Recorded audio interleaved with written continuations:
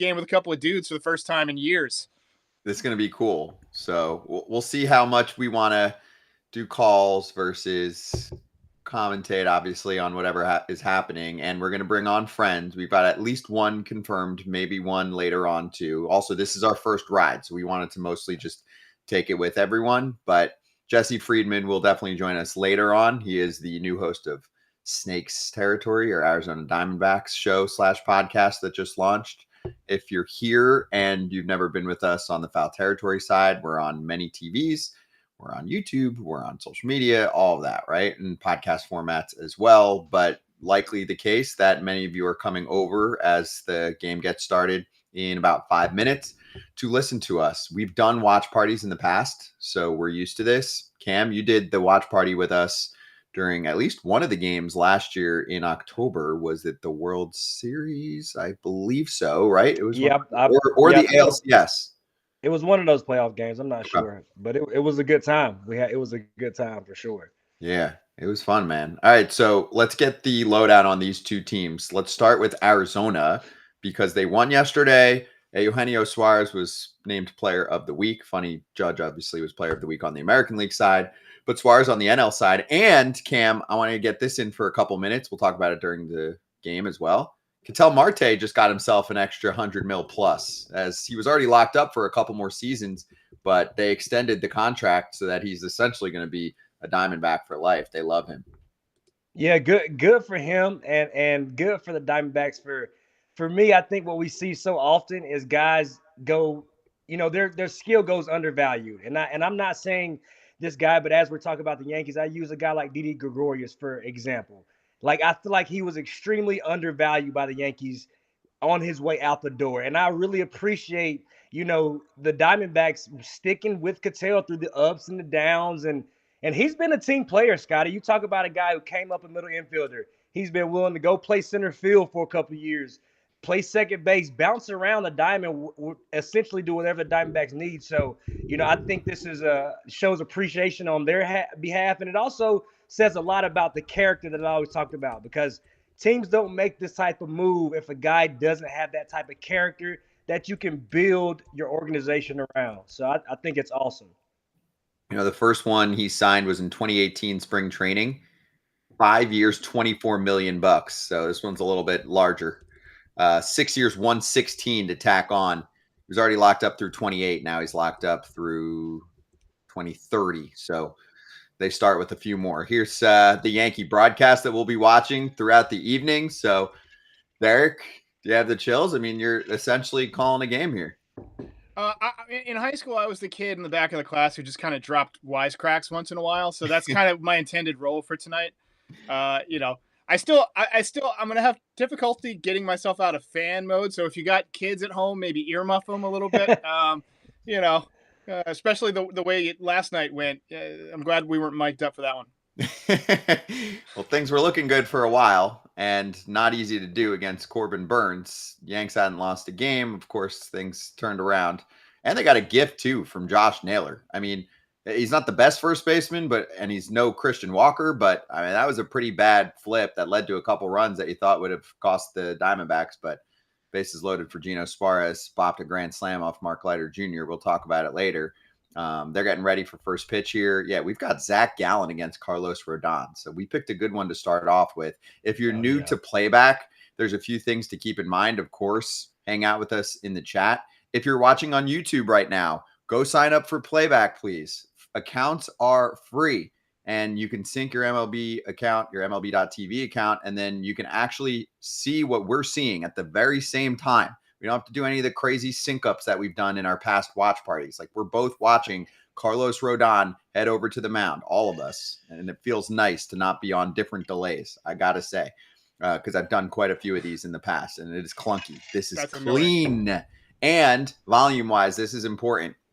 Bottom of your screen, and I'll remind people every once in a while, you hit the audio button, the sound button, and you see stream and stage. Stage is us, stream is the game. You want to turn us up, go for it. Turn us down, same with the stream. You can balance it out maybe to hear a little bit of background noise and then hear us. But Derek, give us the goods on Rodon. First time around, looked pretty good. And obviously last year was a good bounce back for him after the Yankee the Evil Empire Yankee fans were all over his case 2 years ago, and he's a nice guy. Yeah. Well, I actually thought he pitched better than his numbers last year. He had a stretch there where he was awful, but sandwiched around that, were two really good stretches at the beginning and the end of the year. And then, obviously in the postseason, he had a couple of starts where I felt like he used a little bit too much energy early. He was pumping fastballs. And by the third inning or so, he was kind of out of gas. Garrett Cole worked with him, and they kind of talked about, managing his energy a little bit better. And I feel like he did a nice job of that on opening day. It's very easy for a guy like him to get amped up. Other thing to watch with Rodon, he's throwing a sinker and a changeup, both a lot more than he used to. He's always been kind of a hard stuff, high fastballs, down in sliders. But last time out, he threw, I believe, 18 changeups, and 11 of them were for strikes. And he also threw, I want to say like 11 sinkers. I might have that backwards, but I don't have the numbers in front of me. But he threw a lot more pitches, and it's raining in New York. So it'd be interesting to see how that, new pitches with, wet hands and wet fingertips, how that sinker and changeup can be commanded. What do you think, Cam? No, I love it. One thing that has really stuck out to me with Carlos Rodon and facing him in the past is he was slider heavy. He pitched backwards for the first time in his career, kind of just to allude to what Derek is talking about. So I'm curious to see if that's kind of the change of plan for him. I think the league is known since he came into the league, he loves pitching off his fastball, but it was really surprising to see him finally get off of it and kind of pitch slightly backwards, I guess, so to say, and it made his fastball play up. So I'm like Derek. I want to see if he continues to keep that pattern, or was that just more of a, against the Brewers, but you see early right there, 0-1 going straight to it. So I like the maturation process of Carlos right now. He's growing and not, stuck in his ways, which I think is big for him. Yeah, not an easy guy to strike out either. And Ketel Marte, 0 for 4, strikeout, a walk and a run yesterday. Cam, you were big on the beards thing. He looks mean with a beard. He looks way more like his old self with a beard. He looks confident, bro. Yeah. Like it's a different walk around, man. And when I first said this, it all came from conversations with guys who would be like, "Hey, would you go play for the Yankees?" And it's like, man, if I got to shave my beard, absolutely not. And it's, even when I had my dreadlocks and the Marlins were hounding me about it and giving me a bunch of crap about it, when I finally cut them, I literally felt small. Like I literally felt like not as confident as like, it is a mental thing. So I love that they did this. I really do. This is pretty cool. This feels like the future. This feels like the future, man. Really cool, 100%, right? 100%. Like, the picture is really good. Like I was expecting like a little, lag or choppiness or whatever, but it is slick. It's clean.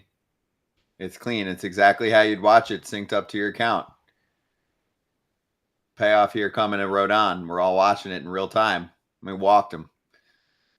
Best offense in baseball last year by just the basic stat of runs scored. Obviously, Yanks were third, but Cam, I've talked about that a lot on the show because I do feel like the Diamondbacks didn't get enough love last year. I know they fell short. They won 89 games. Their offense is really damn good. Obviously, the Yankees' offense is good, even without Soto, but this Diamondbacks team can really swing it. Offense wasn't the problem last year, and it's super rare that you get the top offense runs-wise in baseball not cracking the playoffs. And it's not like their pitching was bad. I mean, again, 89 wins. You're a pretty good team. You just had a really good National League. The NL West is a juggernaut now. It really is, especially even when you look at the Giants. But to add to your point, Scotty, I think what the Diamondbacks do really well that people don't talk about is they manufacture runs. They don't have to wait for the homer. Even right now, I think they have 7 on the season. While you look at the Yankees who have, 18, 19, I don't know, maybe more. They hit 3 last night. But the thing about them is they use their speed. They have guys like Perdomo who are not as scared to bunt guys over. They take a lot of pride in putting the ball in play. So I think that's the reason why they do such a good job of finding a way to put runs on the board. So when you can do that, and not have to wait on the homer, that's a plus. Yeah.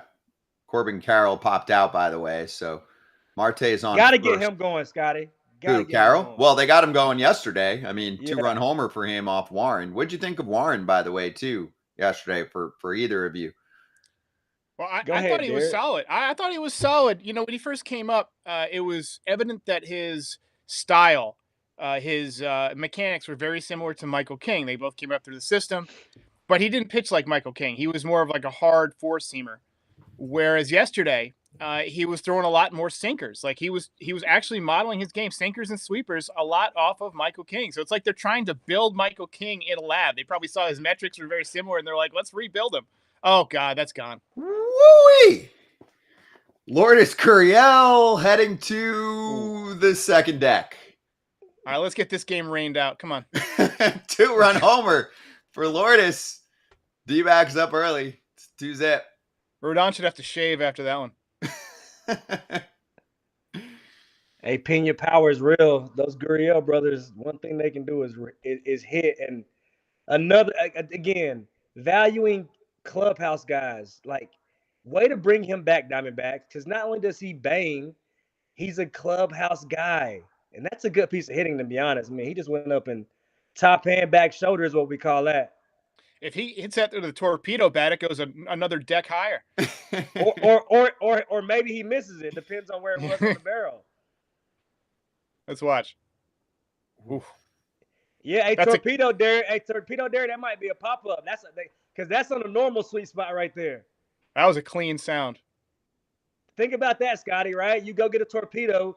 You hit one where the sweet spot used to be, and it doesn't go as far as it used to. Like, so hey, back. Not to get on the torpedo train, but you can. There's some science behind it. I mean, yesterday on the Yankees broadcast, I talked about this on FT.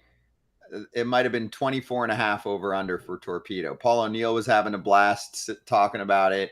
I mean, the thing obviously is that the Yankees sparked the national, if not global, conversation, and there's the first punch out for Carlos Rodon. He gets Grichuk, but I mean, let's be real here. I think many fans that don't watch baseball or pay attention to how guys pick out their bats just assume, Cam, that everyone's going to have one within a week and they're all going to hit better.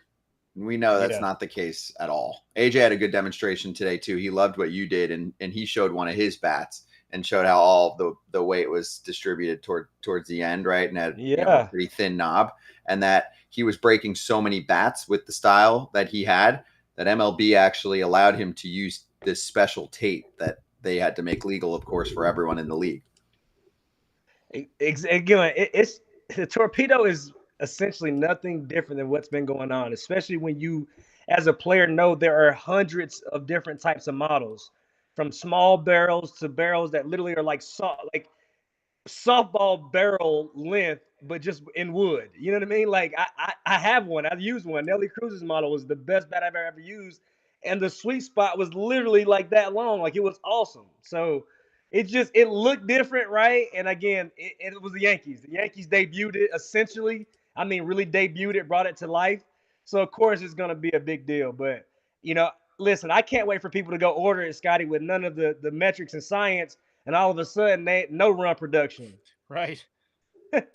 Yeah, that's what people aren't realizing, is that these bats are built custom. Like, they built Volpe's bat for Volpe, right? They built Wells's bat for Wells, like where they hit the ball. So it'd be interesting to see what happens when other guys just start ad hoc, and I want a torpedo bat, right? Yeah. Or you got a bad analytics guy who puts the sweet spot on the wrong spot, and he turns you from a 280 hitter to a 220 hitter. Exactly. That's why I love Judge's answer. And listen, my numbers speak for himself. I don't think I need to change a thing. Some guy forgets to carry a 1 and you lose 15 home runs.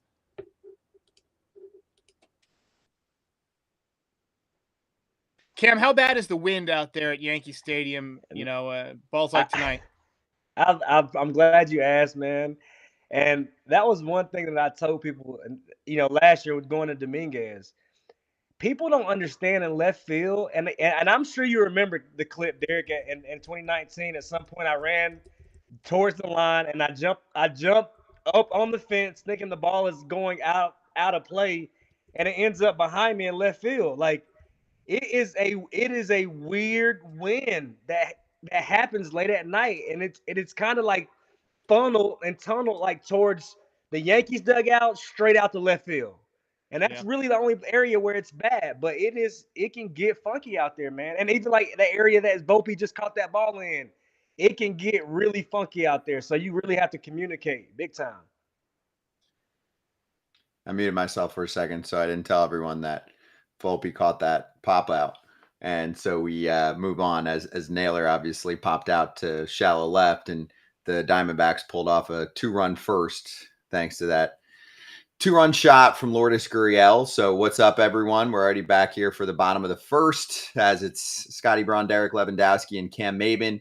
There's the starting 9 for the Bronx Bombers. Goldie on the top of the lineup card. And Derek, are we cool with Goldie versus Wells on a daily basis? Do you like them platooning it depending on who's on the mound? Your thoughts? This is one spot where I'm comfortable with either one of those guys. They've both had good at-bats out of the leadoff spot. Goldie's a professional hitter. I mean, whoever hits in front of Judge is going to get pitches to hit, and both of those guys can hit. So, I'm fine with it either way. I would prefer that, we had a switch-hitting on-base machine with a ton of speed who, maybe Dominguez becomes that guy someday, but he's not there yet. So right now we're sticking with Goldie and Wells. Mm-hmm. I mean, look at the Diamondbacks. Ketel Marte is decent speed. My guess would be his 50th percentile.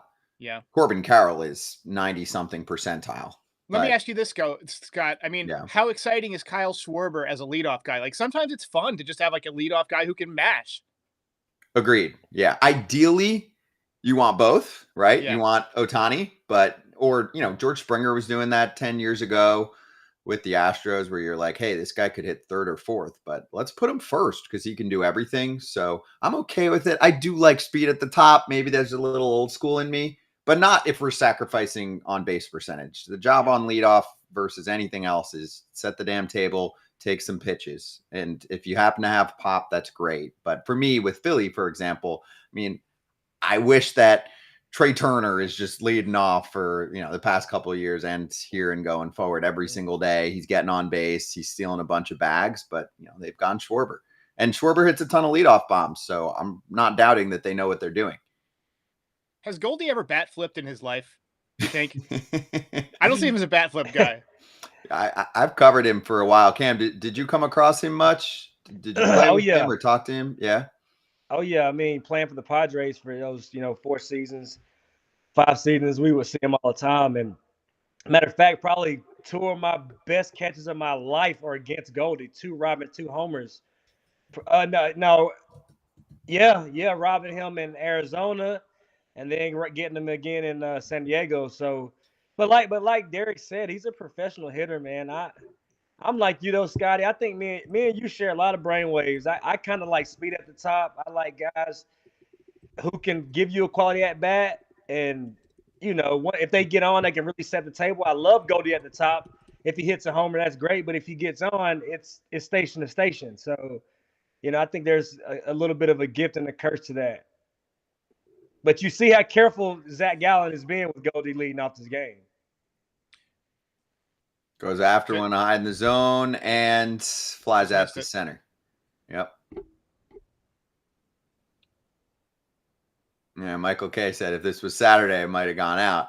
Wait, so the rain also will hold back the offense? Not that he has a torpedo bat, but again, we look back at this past weekend, Derek.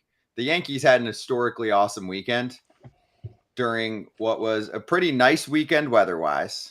And a freaking terrible performance from the Milwaukee Brewers staff. I'm not taking credit away from the offense doing what they're supposed to do, but Cam covered this really well on Foul Territory Monday. Every single home run pitch, I think maybe except for one, was like 85 to 91 and had some type of center cut to it. Yeah, they were serving up a lot of meatballs, but you got to take advantage of it too, right? There's meatballs in every game. The Yankees took advantage. They executed. I mean, it took them a couple of games for them to stop pitching to Judge. I think that was a mistake. They really didn't start walking him until after he hit his 4th home run in the series in Game 3. Speaking of the devil. There he is. After Bellinger bounced out to the pitcher, Judge takes a strike.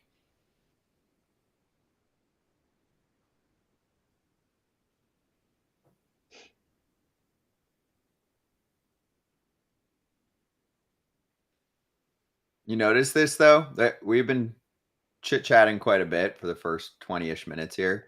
Everybody gets a little quieter when Yes. someone like this is up. It's natural, right? Otani comes up, like you naturally want to just listen and pay attention. Yeah, I like to hear the sound when Judge makes contact. I think Cam, you're probably a gadget guy, and you might appreciate this. I like to watch games in VR. I have a VR helmet called Apple Vision Pro, and you can put like 100-foot screen up and get surround sound, and just the game sounds are amazing. And I always turn the volume way up when Judge is up because if he makes contact, the crack of the bat is awesome, but also the crowd is always super into it, and it goes from like this, like you said, everybody's silent to this roar. So, yeah, there's definitely something to that. That's kind of sweet. That sounds awesome.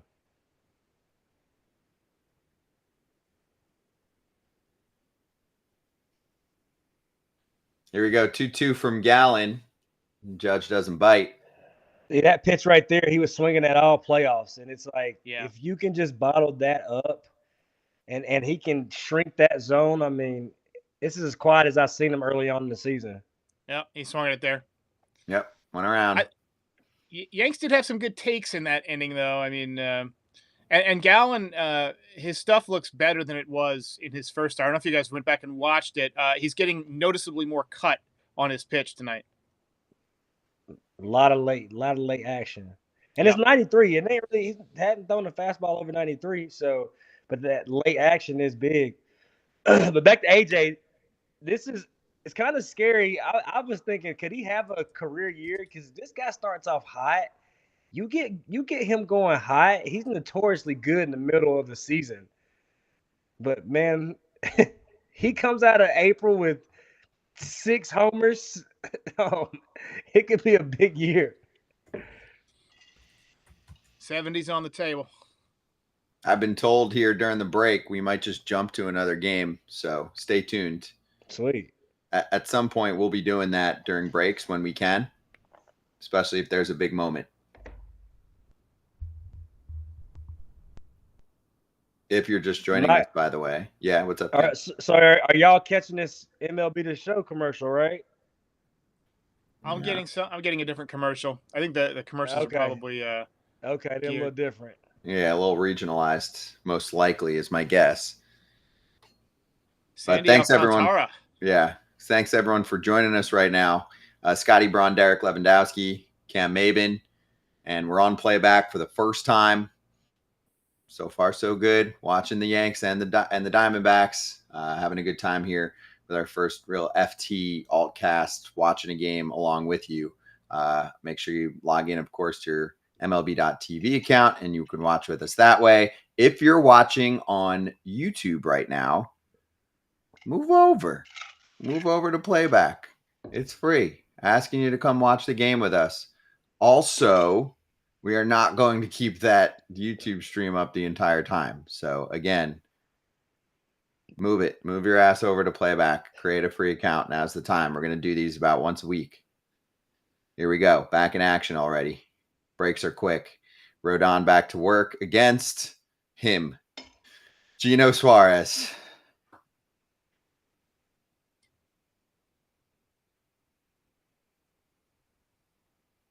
What'd you see last night, Derek, from Leiter?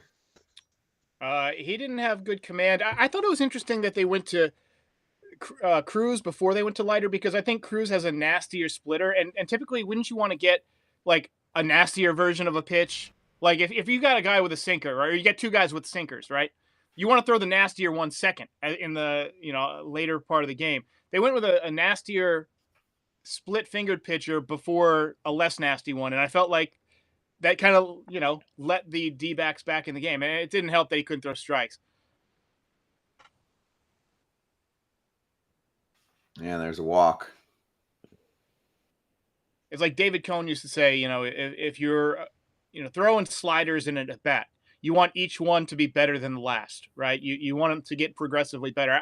I feel like the same thing applies to pitchers in the bullpen.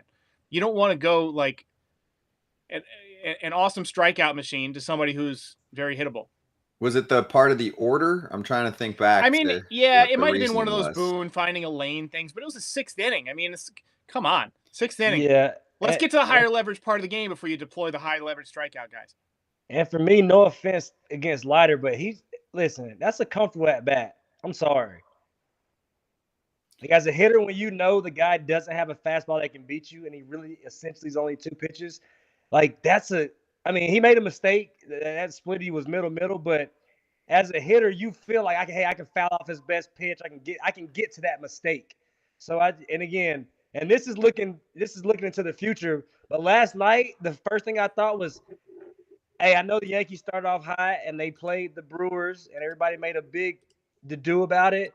But immediately as I watched that, I'm going, they're going to have to go figure out another bullpen arm. So you need stuff, man. Like in those moments, you need stuff. I'd rather get beat with a guy that has stuff than the guy trying to trick somebody at this point in this day and age.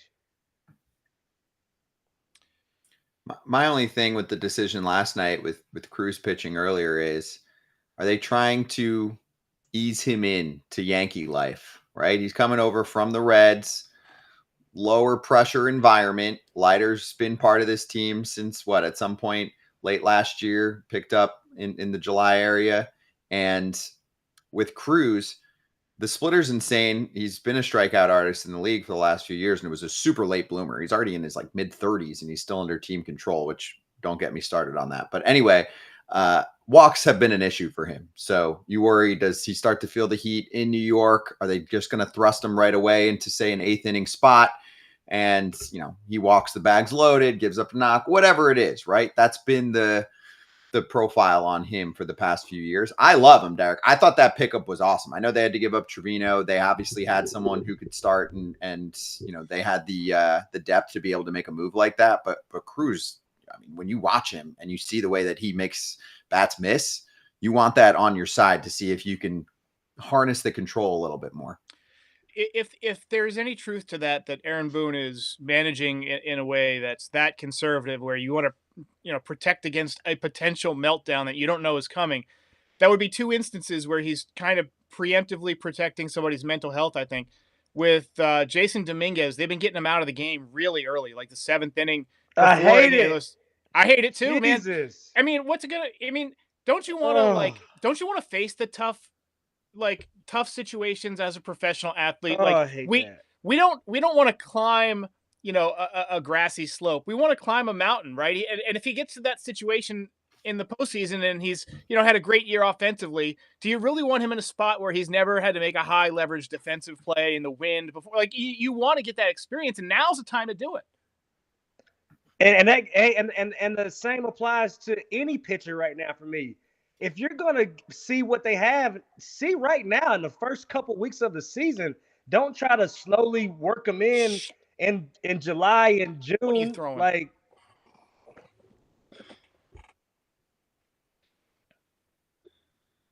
Jazz looks cold. Yeah, he does, right? Here comes Jazz. Knocked off Rodon's glove. Jazz is from the Bahamas, by the way, so this is not his favorite weather. Hey, I'm with you. I'm in New York right now, Derek, and I mean, there was one good day. This past weekend was fine, and there was one really good day, but for the most part, it's still very much winter up here. So Carlos Rodon, a lot of times you can see the meltdown coming because his body language. He'll start kicking around the mound. He'll start shrugging his shoulders. He'll start getting angry at the umpire when he throws a ball 4 inches outside. I'm starting to see a little bit of that right now, like just kind of a woe is me thing after that ball went off his glove. He's kicking around. We already seen a couple of mound visits from his teammates trying to settle him down. I think they can sense it a little bit too. If anyone has ever needed a 4-6-3 double play, it's Carlos Rodon right now. Smart play to bunt right there. But again, this is what we talked about earlier. Their ability to not wait around on the homer. And I love this. And as a fan, right? This is the game that I grew up loving. You got first and second. Guy comes up and bunts. We have to see if the pitcher feels it, if he can grab it, if he can make a good throw. If he doesn't, now you got action, right? I wish and I hope we could watch teams kind of get back to this formula because it's a winning formula. I love guys hitting the ball at the ballpark, but I love teams that make teams have to make plays. And we watched last year, Dodgers, when the Yankees had to make plays, they struggled at times. Mike Hazen runs the front office for the Diamondbacks. He's very underrated. He's done a really nice job. This is a mid-tier payroll with the Diamondbacks, but he's got a type, and it's what you're talking about, Cam. The difference is his type has a little bit of everything, right? He's got guys that can play small ball, that can get the job done in situations when needed, right? Bunt, sac fly, good situational hitters, but then they all have pop. Absolutely. That's kind of the dream right there. Right? Quality at bats. You know what I mean? We call them team at bats. A guy might get out, but he saw 9 pitches. Like, they have a lot of that. Like, that matters in the course of a series. There's the 4, but not gonna get the 6-3. Just get putting them on the corners or on second and third. Sorry.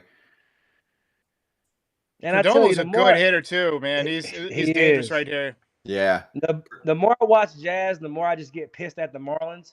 Like, everything I see is like, why would they move him? Like, he is as smooth and as fluid as they, especially back in the middle. Like, you watch his actions. This guy's a middle infielder. Like, he can play anywhere. I love it, but it's like, hey, Marlins, what are we playing? Joey Wendell at short over Jazz? You kidding me? Him and Volpe, they haven't turned a lot of double plays that I've seen so far, but you've seen like the makings of, oh man, they're going to do that at some point this season, and it's going to be nasty. Like in spring training, you see the flip and then a quick turn, and it's like, that's going to come together in a big spot one night late in the game, and we're going to be talking about it on FT. Mm-hmm.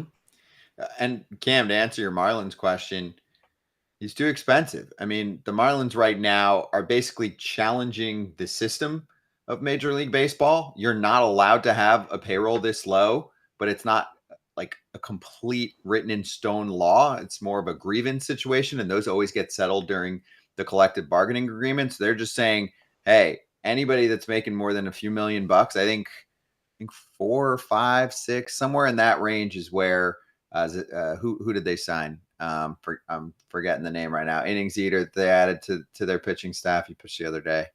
I was gonna say have to be an arm. Yeah, they got an arm. I'm forgetting the name. Someone will remember it for me. But anyway, that's it, right? Anyone else that's going to cost, even higher single digits, millions, they're gone. They're going to operate at a very, very low level and hope that when they get to the next labor agreement, they get more help, right? They're rooting hard for a salary cap and more revenue sharing. They're challenging the system. They're like, our books don't play this way. We're not making enough. So that's why they traded him. Is that team essentially going to have to sell and move out? I mean, the way it's going, I don't know. I haven't heard about it. Nice play by Bill. All right. That'll bring in another run for Arizona. Running at third, less than 2 outs. This is what they do. It's 3-0. Diamondback baseball right there. Perdomo is a great role player. He really is, Cam. Very underrated. He was an all-star a couple years ago. They already locked him up to a long-term extension. They can probably bounce him around if they end up having spots solidified. If some guys emerge where they need to end up making him more of a super utility player, I'm sure he can handle it. And so that's what they do, right? Because eventually I would think Jordan Lawler is going to be a big factor for this team, but Perdomo is going to fit into the mix.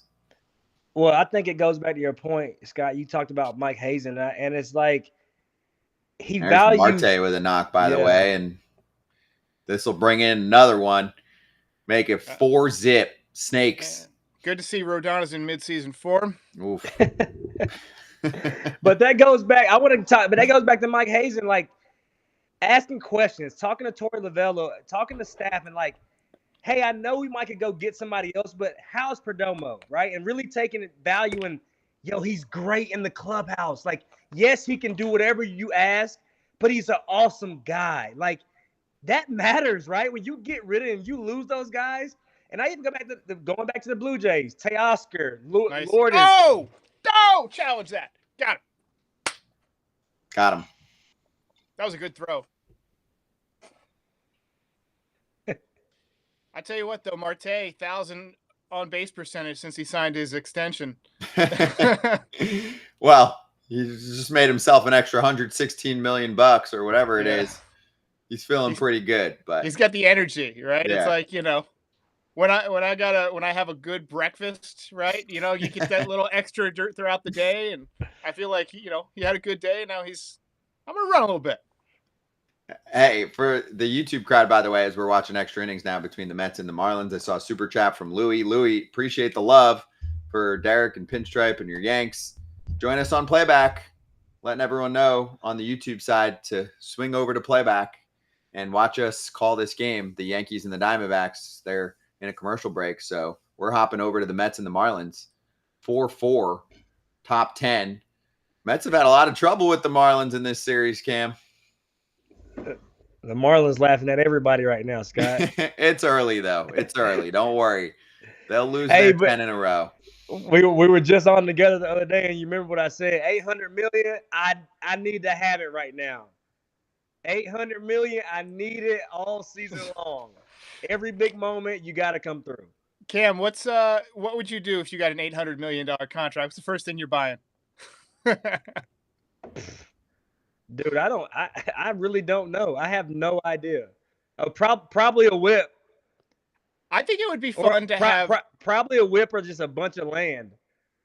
I think it would be fun to have like like Siegfried and Roy. They had these people that would just travel around with them and light their cigarettes for them, and like they like do all this ridiculous stuff. Like you would just rent a human being. Basically, I would pay them handsomely, but I would definitely require some over the top, like light my cigarette, put it in my mouth for me, back away without turning your back on me like I'm the Queen of England,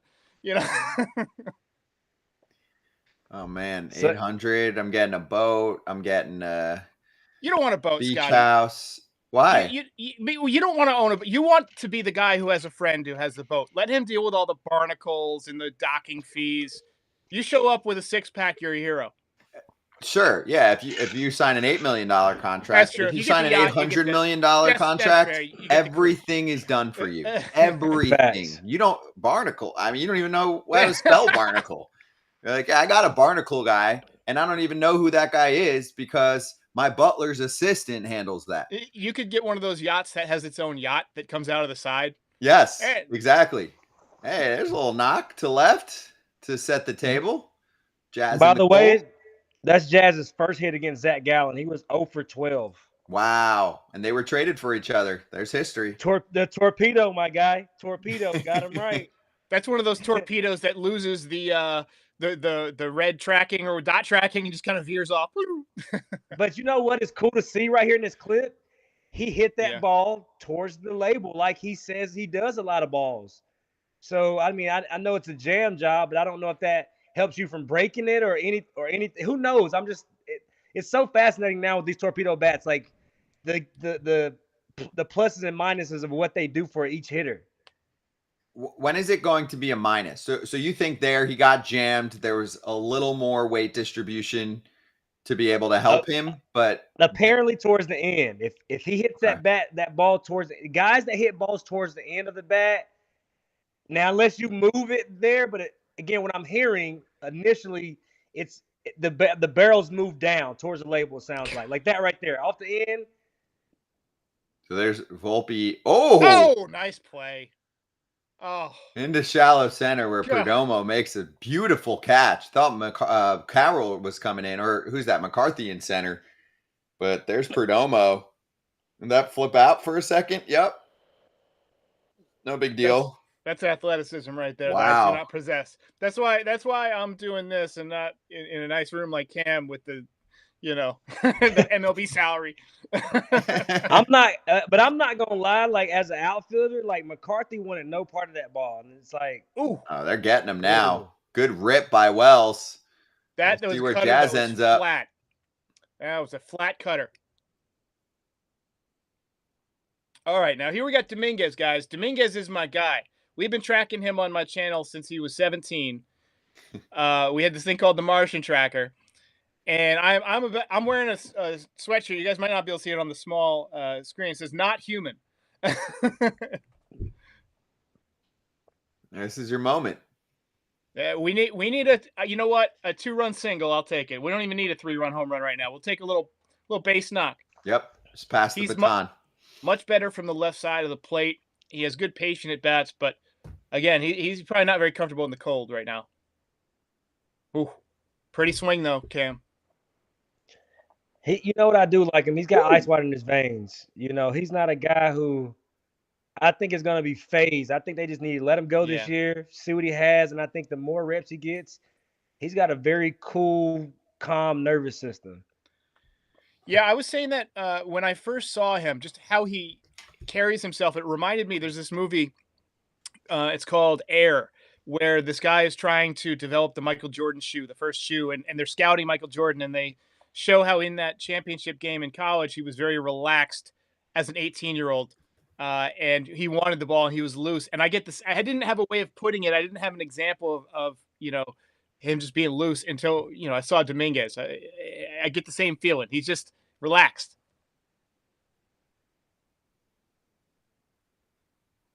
Oh, got him. That's a good hammer, though. Yeah. I'll be right back, That's guys. a good pitch.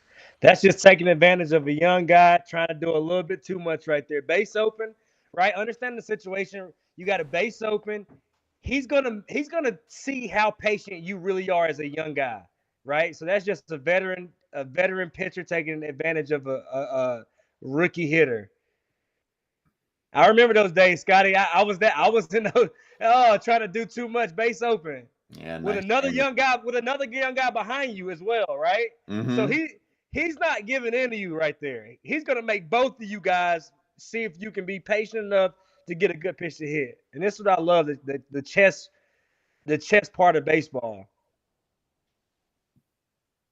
And Gallen is crafty. I mean, he's got a lot to work with. He keeps you guessing. He hasn't been as good, obviously one start this year, but going back to last year versus what he looked like for a few years where he was top 5 Cy Young-ish when he was on the mound. Getting some ugly swings right now. I'll give you that. But there's Rice last night with the dinger late off AJ Puck, but it wasn't enough. Rice, I've been curious, I've been curious to see. It's tough for young guys to not play every day. Oh, come! You should be able to challenge that. I really like Ben Rice, but with come on.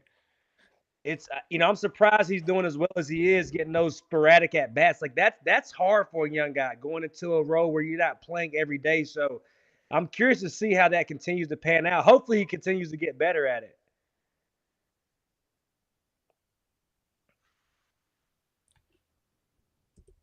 Oof. That's a big exit velo spike. It's early though in the season. Those numbers level out quite a bit usually. He did lead spring training in exit velo. Wow. He looks more jacked. Yeah, he put on 10 to 15 pounds of muscle. You just hope it wasn't with Winstrol. You hope he didn't have the Profar Fruit Loops? Yeah. Yeah. Oh, that was devastating. Oh, man, Cam, we didn't have you for that one. Oh, look at this. While we take a break from the Yankees and Diamondbacks, don't worry, we're watching that whole game. Mets and Marlins continue. Mets took game 1 pretty easily. I think it was 10-4, but they fell yesterday. So we'll see if they can grab the game here. And I think it's just a 3-game series. I'll double check, but who's controlling the clicker? Because they're doing it exactly how I do it at home. In the commercials, I don't watch any of the commercials. I got the game running on an iPad, and then during the commercials, I switch to another game, and when it comes back, I switch it back on the big TV. That's exactly what we're doing here. Our fearless director leader behind the scenes, Jeremy, crushing it. Xavier Curry in the game for the Marlins. And yes, this is the end of the series here. It's just a 3-gamer, so whoever wins this in extras wins the series. I mean, again, it's early, but it's going to be a super competitive National League, Cam. And the Braves are down right now. Of course, they haven't won a game yet. This is a series you got to take if you're New York. The Marlins are what should be by far the weakest link in the division. So you got to rack up series wins against this team when you've got the Phillies in the division, and the wild card's not a given. Most people didn't have the Padres making the playoffs this year. So let's say you had the Diamondbacks and the Dodgers. Padres look damn good. So yeah, they're going to have to hustle to get a playoff spot. Absolutely. I think this is one of those years where it's going to be tough to replicate what the Tigers was able to do, right? To go on that type of run, to come from behind and make a playoff push. I think this is going to be a season where you can't afford to do what the Braves are doing, right? Yep. Like you got to get off to a decent start or a 500 start because, like you said, somebody's going to win 88 games and not get in, or you know what I mean? Like it's going to happen. So, I think it's imperative for these teams to, like you said, handle business because right now, I mean, it sounds good and Soto signed that deal, but the Mets, you got to go out and do it. And Philly's sitting back going, we're fine.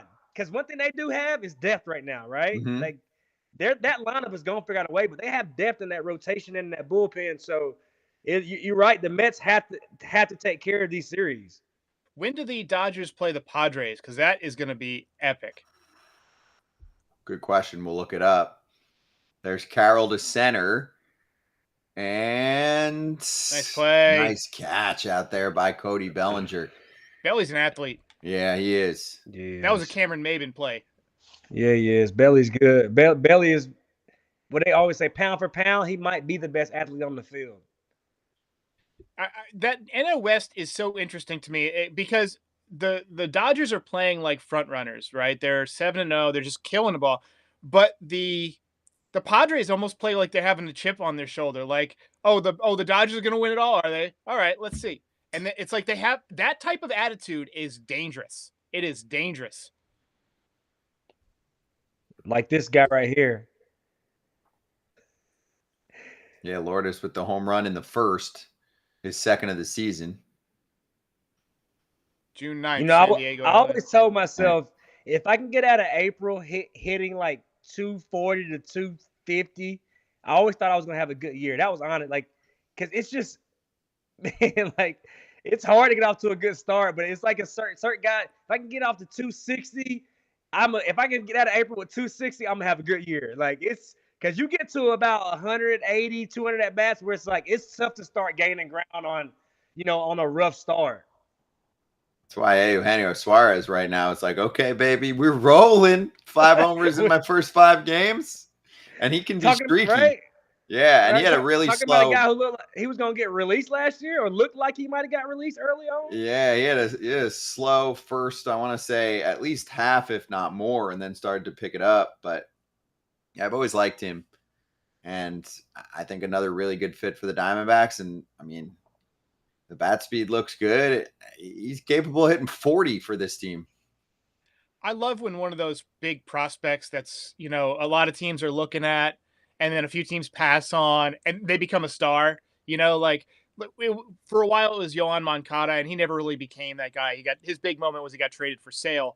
But like those guys who explode, they're these international prospects, and they become these huge stars. I always just think that's super fun. I agree. There's a walk for Lourdes. To answer your question, Derek, June 9th, Padres Dodgers. Yep. So I'm watching that. One. That's one of those stay up and watch the West Coast games all week kind of nights. And they'll line up their pitching appropriately, if possible. I mean, the Padres have, at least a top 2 that can keep up. If Pivetta is able to finally bring it all together, and he's stuff-wise, he can be a good 3. Who do they got that throws a knuckleball? Don't they have a knuckleballer? Matt Waldron. Yeah. Waldron. Mm-hmm. And Randy Vasquez looked good for them the other day. Again, it's one start. We get it. But Cease is really good. King is really good. King well. I watched Vasquez the other day because I watched him a lot when he was coming up with the Yankees as a prospect, and then he pitched with the Yankees for a little bit. He has revamped his mechanics. I always thought he was an injury waiting to happen because he's one of these guys who didn't use his lower half very well. But they've tweaked his mechanics. He looks like he's driving better with his legs. I'm bullish on Vasquez. If you're a Padres fan out there, he's got nasty stuff. Nasty stuff. Grichuk's a Yankee killer. Yankee killer. I saw him hit 3 home runs against the Yankees in a spring training game one time. He just sees pinstripes and gets pissed off for some reason. Yeah, Rodon doesn't have it tonight. Rodon, his body language is, He's pissed off the Yankees didn't score last inning. He's thinking about that. He's not focused right now.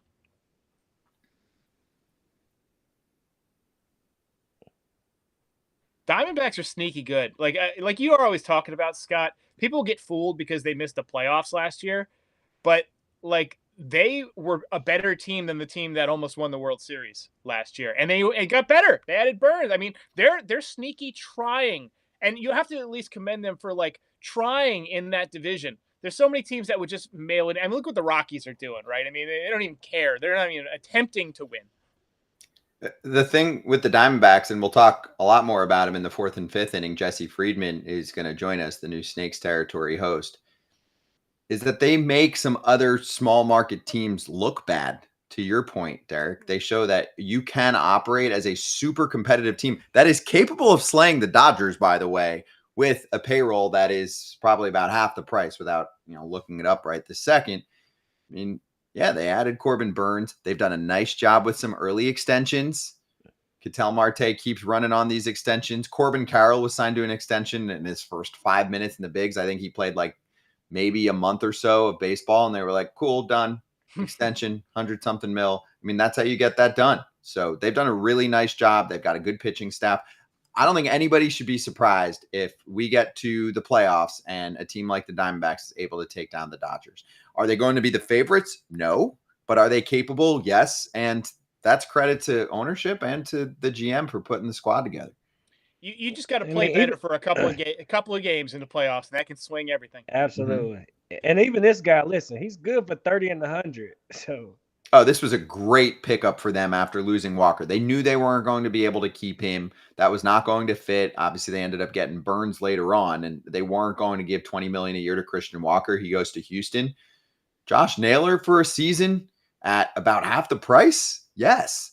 We saw last night the difference between him and Walker. Walker's the best defensive first baseman in the game. Naylor is not. He's more average, but Naylor bat-wise is in a similar realm. I know he bounced into a double play here, but I mean, he's gotten better. He used to be a total free swinger. He's gotten better with his plate discipline. He makes a ton of contact. He's got 30-plus homer pop. He was an all-star last year. So I really like Josh Naylor. And guys like playing with him. He's got like the kiddish, confidence and rage in a good way, though, that just makes you excited, right? Like I know from talking to Terry Francona when he was managing him with Cleveland that they had to teach him how to control his emotions, but it was in a good way. They're like, dude, you're so excited on May 10th for a 7-2 game. You're just going to run out of steam. So let's just figure out a way to keep you a little more level so you can get hyped up for the right moments. And you can see the Mets got a couple runs here as we're just spending a little commercial break on the Mets. 6-4 lead over Miami. And Miami's had, I think, at least 3 walk-off wins already this year. 3 out of their first 4, right, against Pittsburgh. They were all walk-offs. And then, I mean, they basically single-handedly got David Bednar sent back to AAA. They're such a waste of a beautiful stadium. I love their stadium so much, especially since they repainted the outfield walls blue. You like Miami's park? Oh, love it. Yeah. I'm a fan. It's nice. All right, so that's it for the Mets in the top half. Danny Young is going to try and nail it down for the Mets in the bottom of the 11th. So we'll see. If there's another break, we'll do that. But otherwise, we're giving you every pitch of the Diamondbacks and the Yankees. By the way, if you're new to Playback, thanks for stopping by for our first ever FT Altcast. Bottom left corner of your screen, there's a volume button. You can hit that, and if you tinker with the stream volume, that can affect what you're listening to in terms of the game broadcast. And then, we're on the other side of that too. So if you want to turn us up or down with stage, you can do that. I've got stream pretty low so that I can hear my friends, Derek Lewandowski and Cam Maven. You guys having fun? Oh, I'm loving it. It's great. Cam, what's up? Who would you extend if you're a Yankee? If you're Cashman, would you give Wells, Dominguez, or Volpe, or maybe one of their younger guys? Nobody? No extensions? I'm gonna go no audio on this one. Right now, I need to see more from Wells, right? I haven't he hasn't had that Adley Rushman moment, right? Where I'm like, okay, because even with Adley's year last year, I still really believe in Adley. I think, that's a part of the game, right? Still, I think that's his floor last year. But I need to see it from Wells. I'm a big fan of Volpe, but I need to see it more. Like right now, it's only hits or homers. Like I need to see it more. I'm not offering him an extension right now, right? I'm gonna play this thing out, see if I can continue to get what I'm getting from him at least. And then again, they gotta let Dominguez go for me to see it right now. So now, I think you gotta, give these guys a chance to blossom and learn at the big league level. But for me, nah, we might be saving that for somebody else. I sent a message to the YouTube crowd as Cabrera goes down on strikes, pitching the zone. Gallen gets him, but Gallen's putting it together. Yeah, in YouTube, I'm just letting everyone know. Join us on Playback. I just dropped the link. Just sign up real quick. It takes 5 seconds, and you can ride the whole game with us here because we're going to turn that stream off probably another inning or two. Nice knuckle curve there from Gallen. Hey, like for me, Derek, as you got the wheels turning. If I'm the Yankees, to be honest with you, I might be waiting on George Lombard Jr. I just like the makeup. I know him first off. I coach his little brother Jacob, who might be a better athlete, even better athlete. But 6'4". I mean, he just looks like a shortstop, right? Like that's what my shortstop looks like. Nothing against Anthony Volpe, and I think Volpe honestly could be a great third baseman or second baseman. Yeah. But for me, it might be like let's wait on George Lombard Jr. and see what that looks like, because what I saw this spring, and that gets you kind of excited about the future.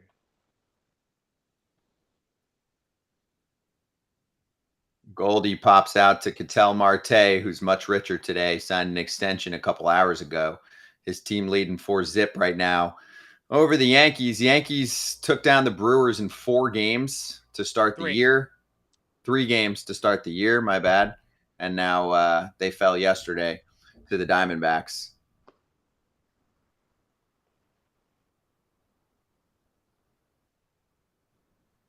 Yankees are 3-1 on the year.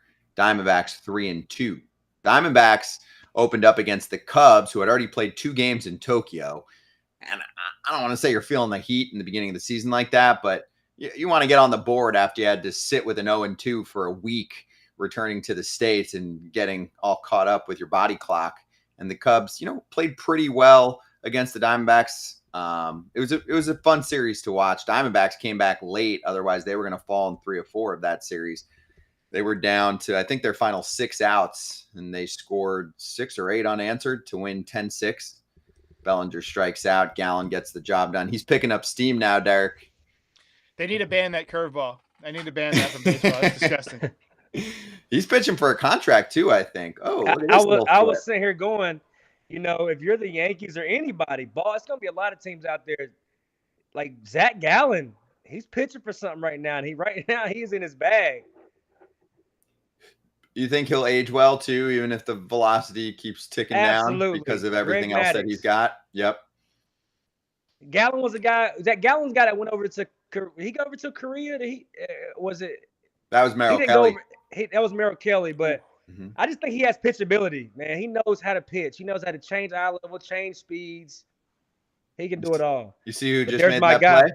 Yeah, another rich guy, another very rich guy. $60 million richer. I mean, it's extension season. It used to be in spring training. Now it's at the start of the year, I guess. But Christian Campbell signed for 8 years, $60 million today.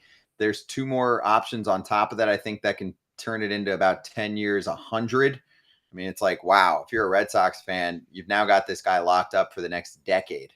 Usually it's about 6-7 years, and now you've tacked on a few more. You've locked in the price. He looks like he's going to be really good for Boston for a while. And they've got a 3-0 lead over a good Baltimore team. That game's flying, by the way. They're already in the home 6th. And they're showing you where he's going to eventually be playing. Yep. Hey, and Cam, this was my lock tonight.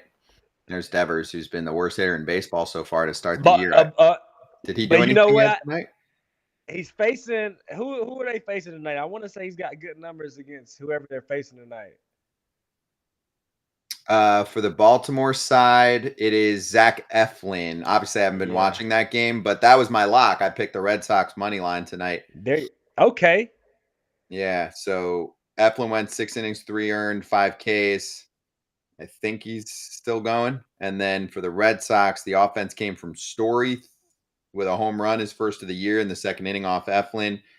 Devers is 1 for 3 with a ribby, so he's on the board, baby. Luis Castillo threw the ball well today. 7 innings, 2 runs, 5 strikeouts against the Tigers. Yeah, and that was against Scooble. So when you can, Mariners held on, right? Yeah, they won 3-2. Scooble threw the ball okay, but he didn't. Castillo outpitched him. All right, so we're back to this one in the fourth. Diamondbacks looking to add on here with Suarez up, fouling off a changeup from Carlos Rodon, and he's behind 0-2. There's Moreno on deck. Are we having fun here in the chat? I'll keep an eye on this a little bit more than I have been. We're just getting acclimated to the playback system. It's been super smooth and easy. So credit to the team there behind the scenes. Rodon picks up a punch out, but we're calling the game. This is super cool. We're all looking at the same thing at the same time. There's the swing and miss from Suarez. And we're able to flip to different games during commercial breaks. But you've got Cam Maben, Derek Lewandowski. I'm Scott Braun. If you're looking at us here for the first time, I know many of you came over from FT's YouTube channel. We talked about it on Foul Territory today. So thanks for signing up for an account and hanging out with us. Thanks for paying all of that free money to sign up for an account too. Nothing better than free money. Right? Well, that's the first thing we get. I had a few fans. They're like, oh, I got to sign up. What is it? I'm like, yeah, it takes 1 second. And if you really want to be lazy, you can even link it to, Google, Apple, whatever. And you do 1 click and you're in with us. So they've made it pretty easy. And it's pretty cool that we can actually watch a game like this. This definitely feels like the future. Like I could see doing this with my whole audience, and watching the game. I feel like in 5 years, that's what people are going to be demanding. Well, listen, last night I was watching the NBA game. Once Mark sent us the link, and I was trying to figure out how to navigate it. Next thing I know, I found myself watching like the last 15 minutes of, I think it was the Timberwolves and I don't know, Denver and Jokic just go. I don't know, it was crazy, but I was like, yo, this is kind of awesome. Listening to people kind of commentate the game. So I think Derek's right. This definitely feels like the future. Yep. They have also, Cam, you might appreciate this. I watch this all the time. The basketball on that Apple Vision device. They have something called tabletop mode. Have you seen this? Where it's like it shows all the guys moving around and it shows the ball, but it looks like you're watching from the press box, right? And you can walk around the whole court. It's like a hologram basically in your room, the size of your coffee table. It's insane, and it shows the whole court in real time. And this is all via VR. Yeah, I gotta get mine out. I haven't used it. Moreno bounces out to short. There's Volpe making the play.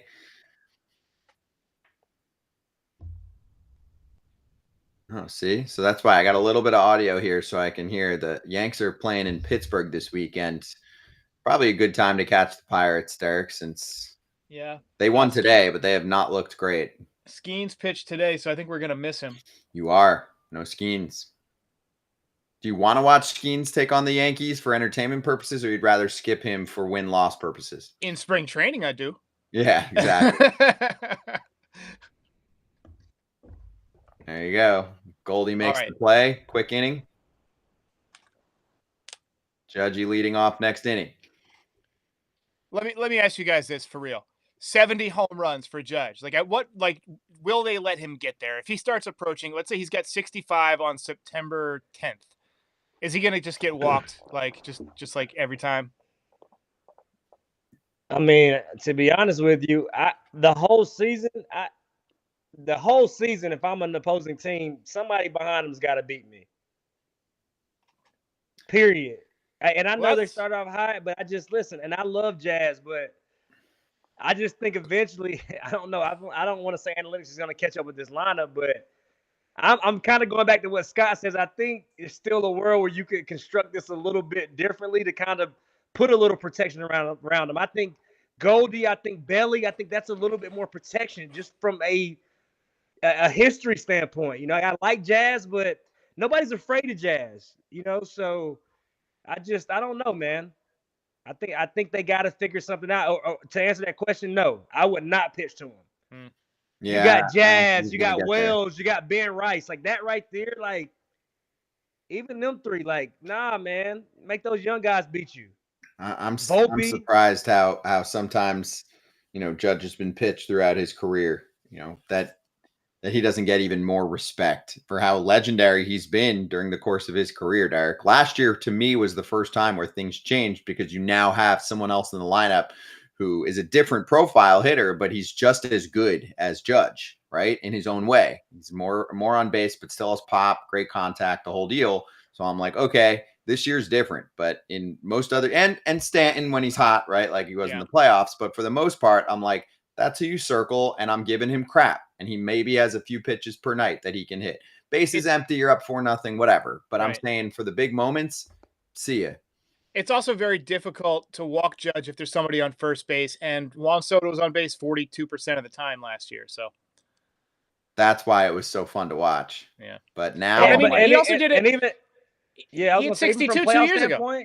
Yeah, even last year from the playoff standpoint, I would have switched it up. I would have put Juan Soto behind Aaron Judge, and then I would have forced Aaron Judge to maybe take your walk, right? Like they're gonna still pitch you like this, but I would have did something to try to shake up his mental instead of just.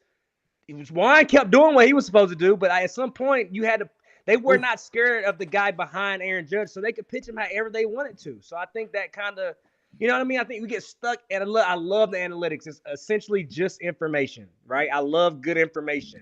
We're going to do this just like a video conference call in the modern world where you're introducing two parties here. So we've been running for the first several innings, and now Jesse Friedman joins us. So yeah, tell us a little about yourself, Jesse. Welcome to the FT Network and the FT fam for this Allcast. What's up, man? Yeah, what's up, guys? Well, the latest big development in my life, of course, is that I joined the Foul Territory family here. Excited to have Snakes Territory off the ground, the latest edition, of course. So, we had our first episode a couple days ago. I have another one that we're planning on tomorrow night after the game. So it's been great so far. We're excited to keep on rolling. Yeah, welcome, man. Excited to have you, and let's get right into biz here. So, and Ref, thank you for the power chat, baby. First super chat. Appreciate that. Yeah, big shout out to Frankie behind the scenes. You're the man, Frankie. But Jesse, welcome. Let's get right into this. So, Gallen's working on a shutout right now here in the fourth inning facing Jazz. What have you seen not only in this one, but also in these first several games for the Diamondbacks? As they look pretty good. I mean, you certainly can't look at their first, whatever it's been now. Now this is their sixth game and say, oh man, I'm worried about the Diamondbacks. As Jazz looks like he'll fly out to Corbin, Carroll, and Wright. What do you think? Yeah, I mean, so far so good, right? They're 3-2 coming into this one. I will say that Zach Gallen has looked worlds better today than he did on opening day. That was, of course, a pretty big decision the D-backs manager Torey Lovello had to make, whether to start Zach Gallen or Corbin Burns on opening day. You can understand, obviously, two pretty darn good pitchers. He ultimately decided to go with Zach Gallen, and it was not pretty. The Diamondbacks on opening day against the Chicago Cubs, Gallen, you guys might have already touched on this, 4 innings, 4 hits, 4 runs, 4 walks, 4 strikeouts. One of the weirdest opening day lines that you'll ever see. And the narrative with him, not only in that start, but going back to last year, which he was a little bit inconsistent, even though the final numbers looked all right. His fastball command has just not really been there. Really, the last year and a half, it's felt like that's kind of come and gone a little bit for him. But today, from what I've seen, it feels like he's kind of just moving away from the fastball a little bit, using the secondary stuff more, and that seems to be working. And we're through 4 now. So here he is, Jesse. What did you think of the Cub series for the Snakes? I listened to the first Snakes Territory, of course, but let everyone know what you talked about with your co-host, Jack Summers.